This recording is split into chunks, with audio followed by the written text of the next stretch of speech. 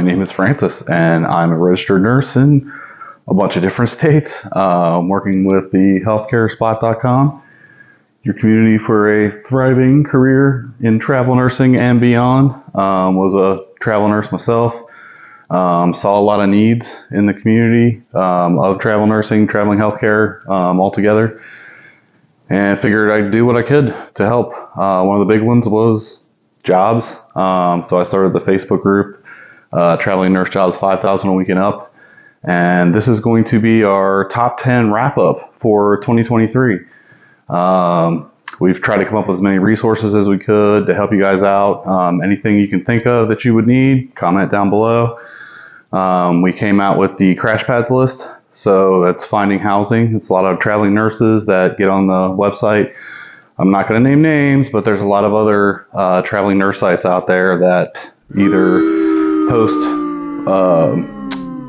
properties that don't even exist, or they let whoever on their site.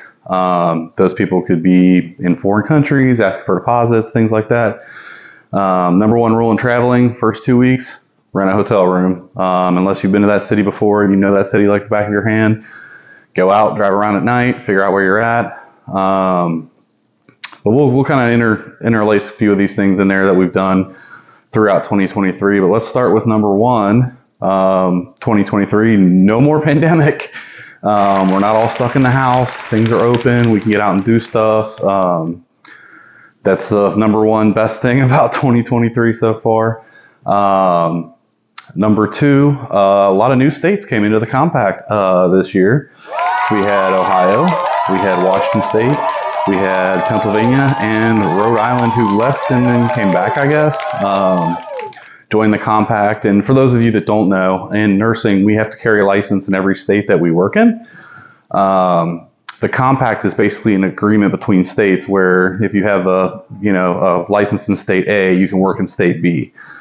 That's kind of the way that works. Otherwise, you have to get licensed in every state you work in. So say you work on a border, like say the border of randomly Ohio and Indiana. If you want to go work in Indiana, you cannot unless you buy an Indiana state license and qualify for all their qualifications, even though you're still working in Ohio. Obviously, during the pandemic, that created a big issue because we had nursing needs all over the country that shifted. And it was a huge explosion in travel nursing so that these nurses could go to where they were needed. It would be excellent if we could just get a nationwide license. Maybe that's going to come down the road. Hey, 2024, we'll see. But number three in 2023 was an explosion in remote healthcare jobs. Telehealth just went nuts, and it's still going nuts. They're passing even more legislation to support that industry and to make it easier for especially rural patients, remote patients, stuff like that, underserved populations, to get care at an affordable price. And I'm just excited to see the innovation that's coming out with all the entrepreneurs and everybody in healthcare trying to improve the situation the best that we can. And that's one big area that just took off like a rocket in 2023. And I see more, even bigger things coming, especially with AI and all that stuff in 2024.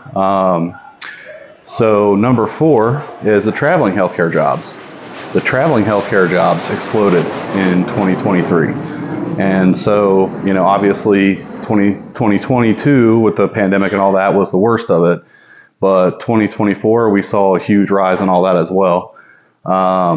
Number five is side hustles. Everybody and their mom is doing a side hustle now. It's insurance, it's real estate, it's renting rooms, it's any and everything we can do. Part of that is because of number six, dropping rates. Obviously, the profits that these companies seen in 2022, the government money that they were getting, that didn't continue into 2023. So they're doing what they can to make their budgets look better. Not the greatest thing for us, the guys at the bottom doing all the work, but what we're doing is what we're seeing is just a takeoff of the side hustle economy. And that's just not in the healthcare industry. That's across multiple industries that you're seeing, more and more people side work, different things like that, pushing entrepreneurialism, which I actually think is spectacular. The more entrepreneurs, the more creative we can get out there, the better. which leads us into number 7. Number 7 is the legislation protecting healthcare workers and patients. More and more states are waking up and saying, you know what, we're going to have to write this stuff into law so that you don't have an entire nursing home to one nurse by themselves, or you don't have a floor in ICU where normally you get a 1 to 2 patient ratio and you're having 6 and things like that. It just incentivizes these, organizations to provide safe patient care, both for the healthcare workers and for the patients themselves. John Q. Public is starting to wake up and see, these hospitals are emptying out and these units are emptying out, and we're not getting the care. It's 6, 8, 9 months to see specialists and stuff like that. And it's because of the worker shortage. It's just huge, but you also can't, pay your student loans with your bachelor degree if you're making less than what people are making at Target. I mean, yeah, it's got to balance out. I get a company has to make profits. It has to be able to do what it has to do. But at the same time, we can see prospectuses, and we have bachelor's degrees. We can see these companies that are earning billions of dollars in profit, and we don't see it on our end. So that leads us into, like I said, the side hustles and the remote jobs and different things so that we can cut our costs. But the legislation they're trying to push through is trying to improve that mandatory ratios, mandatory safety fines and things for not, having properly staffed units. And more of that's going to come down the pike, which leads us into number 8, which is more strikes and unions. We've had a historic year in 2023 for union formation and for worker strikes. I can see more and more of that coming in 2024 if the situation doesn't improve for the healthcare workers. They want to do everything in the world but pay us. You know what I mean? And I get that. The pizza's great. We all know how wonderful the pizza parties are. But that's not paying the mortgage. That's not paying the car payment. That's not paying the insurance and helping us put our kids through college and stuff like that. So that brings us down to number 9. We saw a historic rise in the violence in healthcare. People coming into the hospital, having violence issues with patients, and even more, just the rise. We've seen more people taking note and people taking, action. And there's actually been laws, coming back to one of the previous top 10, written so that now an assault on a healthcare worker is a felony. Especially on the job, stuff like that. So I think more and more things are going to start going that way. Unfortunately, it just seems society itself is just becoming more violent. I don't have anything to back that up. This is just, observation from my point, but it seems like going forward, we're going to have to do more with security and security teams and, taking care of ourselves out there, because we're the ones watching our back on that floor when something goes sideways. Some family member comes in that's upset and maybe they're armed or something else is going on. Nobody wants to be put in that situation, but, something we saw in 2023. And then finally, the student loan forgiveness was canceled, unfortunately. I know a lot of us were looking forward to that. I have student loans. I'm sure a lot of you have student loans as well. And people want to, argue about paying your debts. And I 100% am for that. I get it. I do side hustles. I know everybody's got bills to pay and you shouldn't take loans out you can't pay.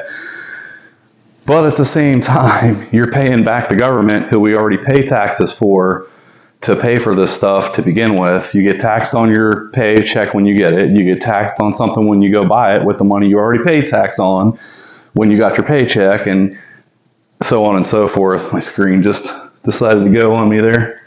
But that's what we do. We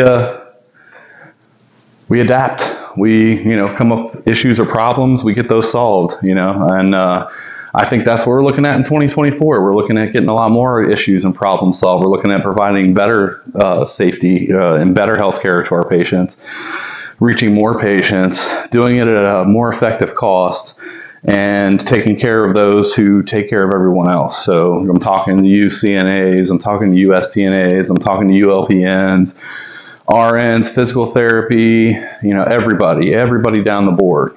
We're in there, and we got our heart and soul in it.